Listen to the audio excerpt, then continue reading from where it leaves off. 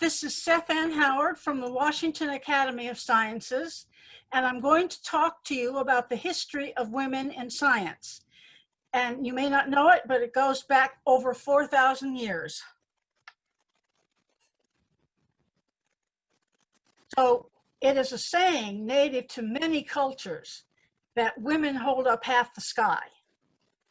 So if women hold up half the sky, right? Where are the women in science in the history books? So those of you out there watching this, name one before the 20th century, and it cannot be Marie Curie. So if you can name one, that's great. If you can't, I'm going to give you some that you can write down and take with you. Now, I don't really spend much time on the 20th century because by the time we get to the 20th century from 4,000 years ago, the 20th century numbers would swamp all the wonderful women of the past. So I concentrate mainly on pre-20th century women. I do cover 20th century in my book, but not in the talk. How about Florence Nightingale, the first true statistician? Yes, I think I have her in the talk. Now let's set the history stage just to give you an idea of where I'm coming from. Writing didn't start until around 3000 BCE. That meant if I want real names and real science and real people, I can't have anybody earlier than that because it has to be written down. So these are some names that may be real, may be legendary. They're probably more legend than real. Kudabao was somebody I really liked because she ruled her city for 100 years. And she was voted in again and again and again because she held the beer commission. She made all the beer and sold the beer to the people. So that's why she was ruled for so long. But Si Lingqi was the first empress of China who, legend says, invented the method of silk weaving and the silk industry of China. So we get to 1450, and now the records pick up, and Hatshepsut was a real person. So prior to her, these around here are all legendary, probably. But Moses came along, Troy, the Trojan War. Chocolate was first noticed in 1100 BCE, which I think personally is very important to the history. And the first Olympics and the founding of the city of Rome, the year of the founding of the city of Rome. So to set the stage, I'm going to come in where the arrow says, in between legend and real. I'm going to come in with the first real person whose name I know. So that's where I'm going to come in. And it was 4,400 years ago. Her name is Enheduanna. And now I obviously speak Sumerian, right? So that's how it's pronounced in Sumerian. I don't speak Sumerian, but she was of Sumer. And she said, one of the things she wrote was that something has been created that no one has created before. So she did things that were the first one we know of to do it, whose name we know, and she was real. She was the chief astronomer priestess of the city of which is south of Baghdad. And at her time, the Persian Gulf came up to It was a port city and a major trading center. So it was a big cosmopolitan city in her day. She was the chief astronomer priestess of the city. We have her portrait. It's on an alabaster disc that's about a 1.5 feet wide in diameter at the Pennsylvania Museum in Philadelphia. And there she is. the side of the disc has her name and says she's in procession for a ritual. So we have that sort of a portrait. She's wearing the dress of the chief astronomer priestess of the city. We know where she lived. This is the archaeological dig at Ur, as seen from above. And it's well known these days for its ziggurat. A ziggurat is a humongous building. It existed after her time. It did not exist when she was there, but I put it in because that's what they're known for. And that's what it looks like. They're restoring it. And that's an Army C-23 Sherpa aircraft, to give you an idea of its size. It's enormous. Incredible. And everybody, the Americans, the British, the Iraqis are all restoring this. So far, it has not been destroyed, but it was all rubble. So this was the long pathway up, the long staircase up to the top. She was one of the primary forerunners of astronomy and mathematics. Now, in those days, they used base 60 math, and that's where 60 minutes to the hour, 60 seconds to the minute, 360 degrees to the circle came from. The ancient Sumerians, because they used base 60 math.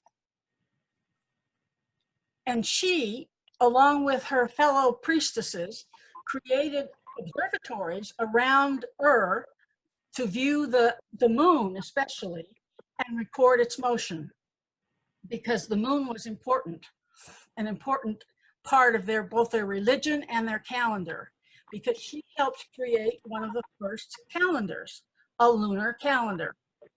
And that lunar calendar is still used today to date Easter, Passover, Ramadan, and other religious events. That came from her and her other priestesses. The first lunar calendar. The first calendar was a lunar calendar. In other words, you're counting by the phases of the moon. We have her writing, her actual writing on tablets in cuneiform, and this is her name in cuneiform, En-Hedwana, in Sumerian. Now, if you're like me, in my generation, and you think of the word tablet, what do you think of? You think of this. These were tablets as used in ancient days. And here's Cecil B. DeMille's version of a tablet. And I hate to tell you, but he was wrong. I have a tablet. This is one of her tablets. She was known as the Shakespeare of the ancient world, the world's first poet. I'm going to unwrap my tablet. This is hers, called a Hymn to Inanna tablet. Well, the museum would not give me her tablet. I considered that very poor of them, but they wouldn't let me have her tablet. So I have my own. And it is a doctor's prescription tablet. I got to unwrap it because I keep it. It's very fragile.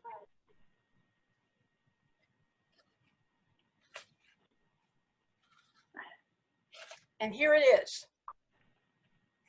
You probably can't see it from what I'm holding up, but it is small. It is written on both sides. It's clay, baked clay, and give you a sense of its size, because you can't tell it from what I'm holding up. It's about the size of a cell phone.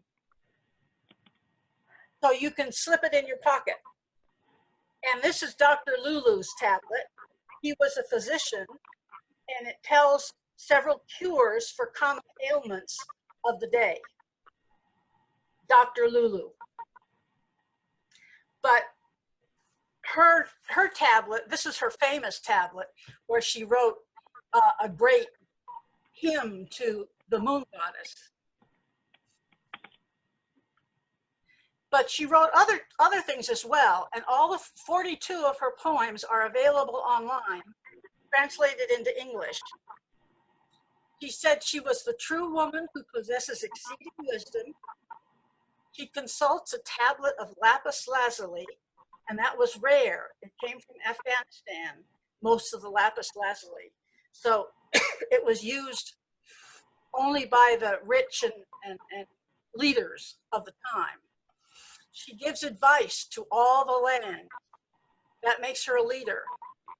She measures off the heavens. That makes her an astronomer. She places the measuring cords on the earth. That's a surveyor and a mathematician. She also wrote, another one of her short poems is in the Gipar, which is the place the priestesses lived. The priestesses' rooms, that princely shrine of cosmic order, track the passage of the moon. And that's why we know she built a lunar calendar. She says so here. So she's my first woman, 4,000 years old, and I'm going to leap through the centuries, the millennia, and not skip over hundreds of women. I'm just going to pick out a very few along the way, because we don't have time to go through 4,000 years. But her compositions are still found in the prayers and psalms of the Bible, the Homeric hymns of Greece, and even in the musicality of the early Christian church. You can trace back to her style of writing. And she was studied 500 years after her death as a resource. So skipping ahead now, we get to Hypatia. You may think it's pronounced Hypatia, which is how Americans tend to pronounce it, but that's incorrect. She was Greek.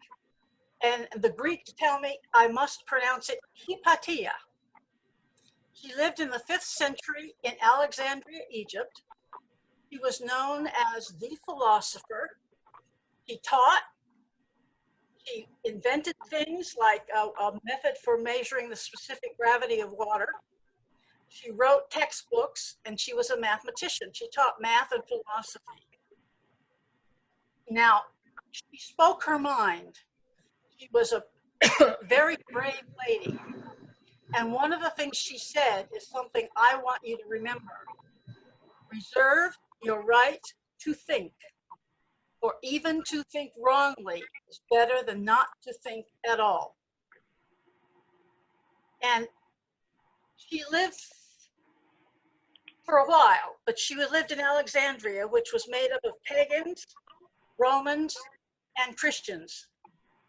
And the bishop of Alexandria was Cyril, and he did not like her at all because she was a pagan. And he thought it was wrong that she should be there.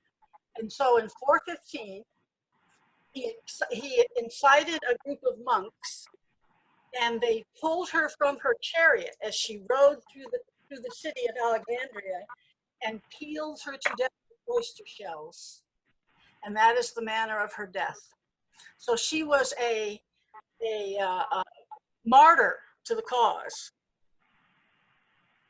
I often dedicate these talks to a lady who was shot by the Iranian Revolutionary Guard for daring to be a woman who was a meteorologist. And I wish I could dedicate it to her, Dr. Mahmoudi. Leaping ahead, some of you may have heard of Hildegard of Bingen am Rhein. She lived in the 11th century in Bingen, Germany. She was an abbess. She ran her abbey. She was a scholar. She wrote textbooks. She was a leader. She was head of the abbey. She was a musician. She wrote Gregorian chant.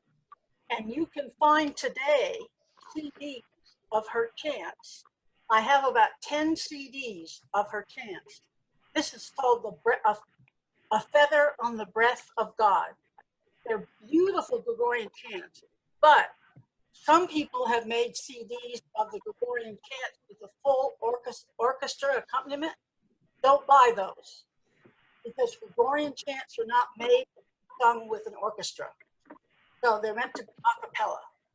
And this one is a cappella, and it's just beautiful, beautiful music. Legend says that people would faint upon hearing her music. She wrote textbooks. She was a mystic. She had mystical visions, and she was a healer. That meant she believed in nature of herbs and spices, holistic medicine. She believed in holistic medicine, and nurses often honor her as the inventor of holistic medicine. And she was an artist. They did illuminate. This is an illumination of one of her pictures. And I think it's beautiful because it's like falling stars to me. It's my favorite. Now, she wrote a book on natural plants and herbs and spices, and she wrote a textbook on physics. And in the textbook on physics, she said stars gravitate around the sun just as the earth attracts the creatures which inhabit it. This is universal gravitation, long before Newton said it was true. If it is cold here on the part of the earth which we inhabit, then the other part of the earth must be warm in order that the earth's temperature may be in equilibrium. That's thermodynamics, what we call thermodynamics today. But I want to share with you her recipe for spice cookies. I can't figure out a way to get spice cookies through the internet to you, but I will tell you they are delicious.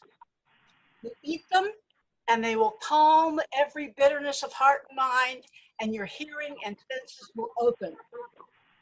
If you search on Google, Hildegard's Cookies of Joy, you'll come up with the recipe I'm showing at the bottom. So you don't have to copy it down, you can Google it. Hildegard's Cookies of Joy. Your senses will purify and harmful humors will diminish. They're very tasty, little cookies. They're small, but they're good. She made analogies in her book on science. Stars are not immovable, but transverse the universe in a manner similar to blood moving through the body. I found that interesting. He meant they moved around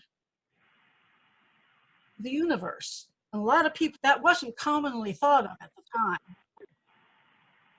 She wasn't perfect because she believed in the power of gems. A diamond held in the mouth of a liar would cure any spiritual defects. So I'm asking all of you listening to mail your diamonds into the Washington Academy of Sciences, and we promise to test this out for you. If you mail them into the Washington Academy of Sciences, we will test out her theory.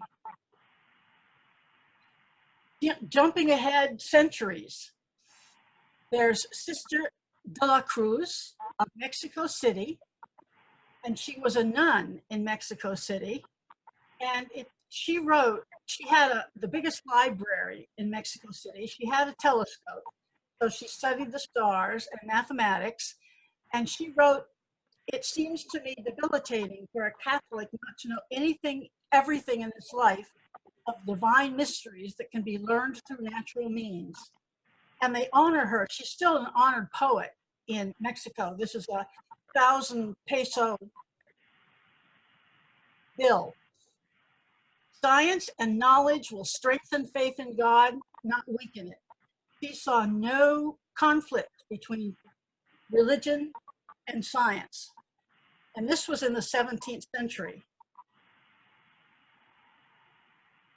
which is interesting because right now we have a problem with it. There's the mathematician in the 18th century from Italy called Maria Agnese. It's Italian, Agnese. And she wrote a textbook, and the textbook became a standard. The foreword to the textbook was written by the Pope, who was very proud of the book. she's mostly known for the curve of the Witch of Agnes. Now, this curve was in my algebra textbook when I was in high school. I don't know if it still is in the textbooks of high school today, but it was when I was in school. And they did not believe she was a witch. That's important to know, because curves curve, that's what a curve does. And in Middle Italian, the word for curve is a versiera, that which turns. But the person who translated the Middle Italian to English mistranslated that word and translated it as la versiera, which means witch. So it was a mistranslation. They didn't think she was a witch. They thought the curve, an adversary is cognate to that word, and the curve of the Witch of Agnes, so that the curve was a witch, if you like. And to show you what the curve is and the formula she solved, here's the red thing marks out her curve. It's only going to go a few times and then it'll stop. But that's her curve that she solved, and she was well known for that one. And that was the one that appeared in my textbook, the curve of the Witch of Agnes. I don't know if it's, does anybody know if it's still in the textbooks? I don't know. Then also in the 18th century and partly in the 19th century, Mary Somerville, who I normally wouldn't include, but I want to tell you something special about her. She wrote lots of textbooks. And in one of the textbooks, she said that if the orbit of Uranus wiggles, there could be another planet out there that's causing the wiggling of the orbit of Uranus. And indeed, two astronomers read that, went out and looked, and found the planet Neptune. So she's responsible for it, but she didn't find it. She wrote this textbook. She translated Laplace into English and said by Laplace as the only person who understood his math. She wrote this paper.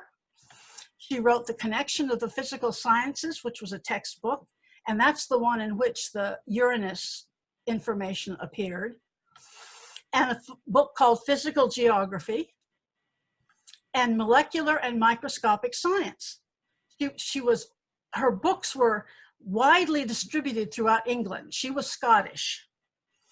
And the reason I say that she was Scottish is that just 4 years ago, they held a competition to see who would appear on the next 10-pound note from the Royal Bank of Scotland. And she competed against two other people, and they held the vote on Facebook. And in 2017, the new banknotes bearing her image were issued in the second half of 2017. And that's a fuzzy picture of the 10-pound note. You can't make it clear because it's illegal to photograph money. So it's a fuzzy picture. But I thought that was kind of cool. And also in the 18th century was let me turn this off. The Marquise de Châtelet was French. She knew Voltaire, lived with Voltaire, and she translated Sir Isaac Newton's Principia, and it remains today the only French translation of Newton's books. So she was a scientist, but I want to share with you something she said. Let's see if I'll bring it up here. Judge me for my own merits or lack of them, but do not look upon me as a mere appendage to this great general or that great scholar.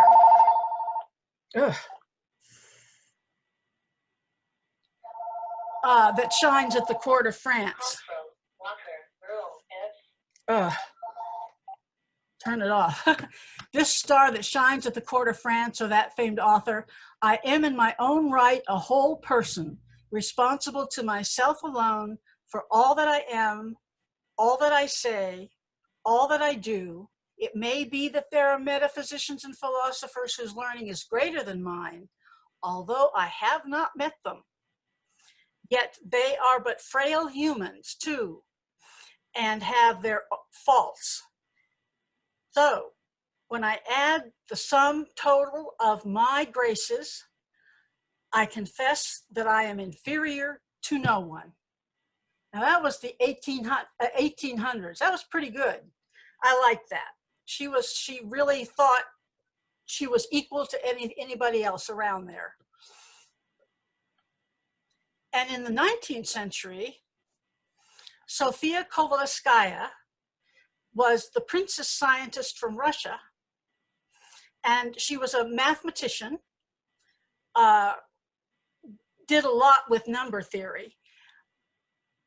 And I have her on here because of something that happened later in life. She applied to teach at the University of Stockholm, in Stockholm, Sweden.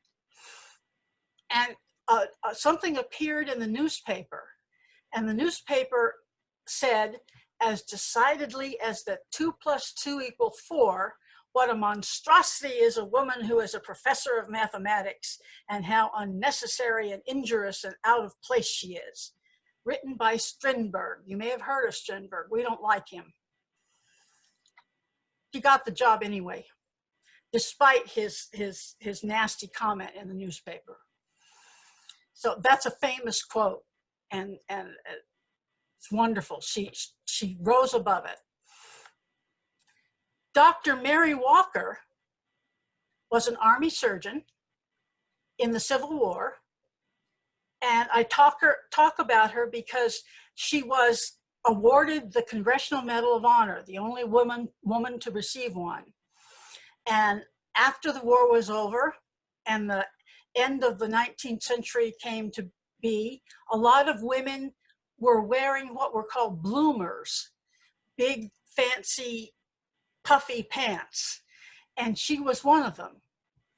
And the government said, you are not decent anymore. You're not wearing the right kind of clothes.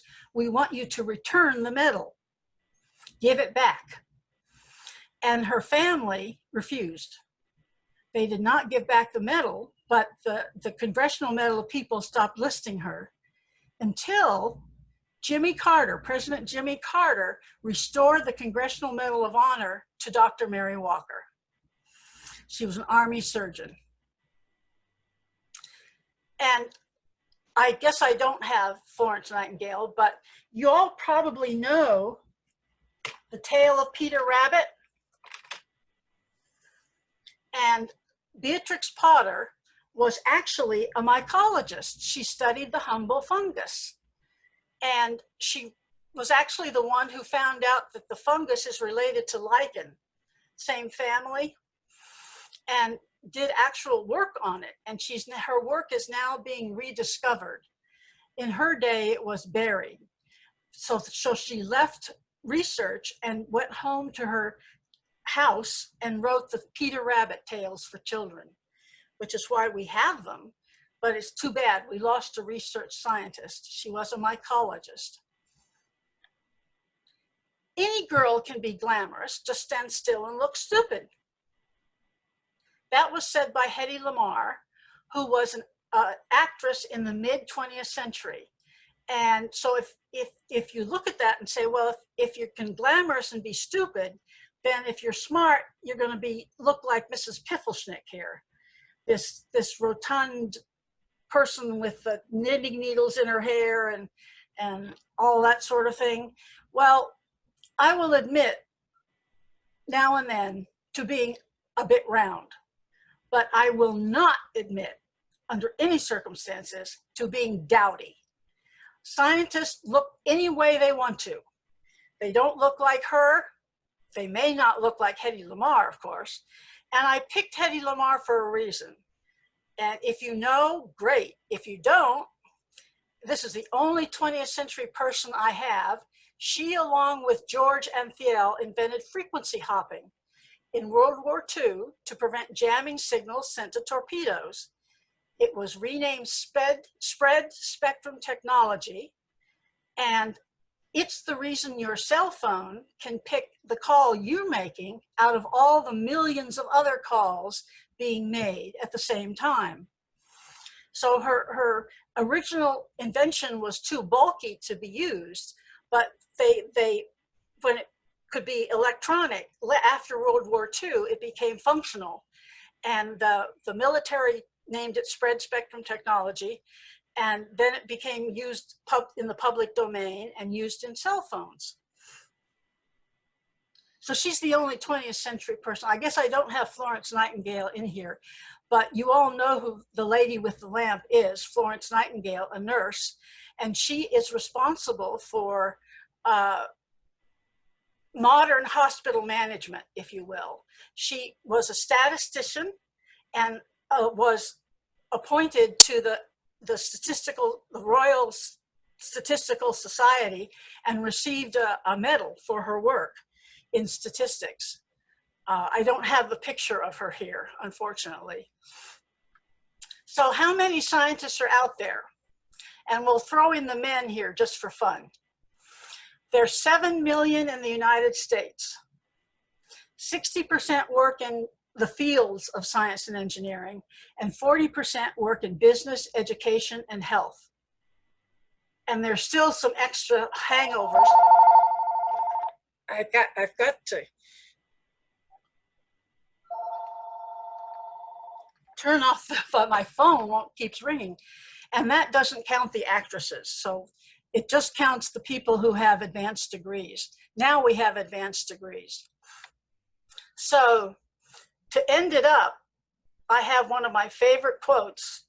No pessimist ever discovered the secrets of the stars or sailed to an uncharted land or opened a new heaven to the human spirit.